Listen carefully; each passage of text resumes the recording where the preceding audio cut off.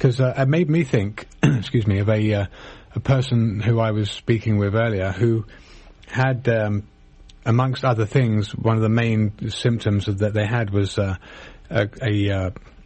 inflammation of the kidneys, both of them. They had urethral obstruction, retrograde urinary flow backing up into the kidneys, producing a chronic, or rather an acute, kidney inflammation.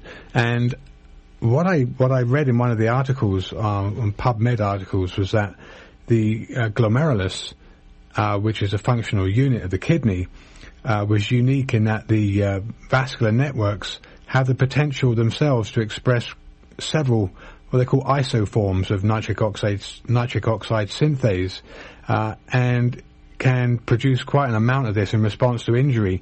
And I was wondering, in terms of the realistic inhibition of nitric oxide, I only found two compounds. One of them I found advertised by Sigma Aldrich as a fairly big, well, it's one of the biggest, I think, in America, chemical firms that were charging a lot of money for a 5 milligram sample. But the other one apparently is almost as effective, but I think it has a slightly different mechanism, and that was Aminoguanidine.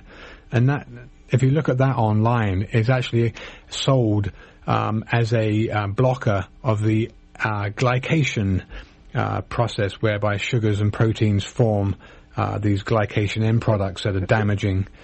That was its first recognized effect, but it turns out it's achieving that by blocking nitric oxide, which leads to the oxidation damage to all of the blood vessels. So is aminoguanidine as good? Because the other compound, it was, let me see, I had a note of it.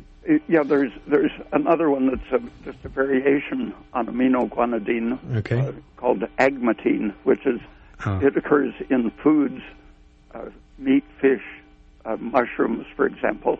Would you get enough of this product from? No, it's probably helpful somewhat. Right.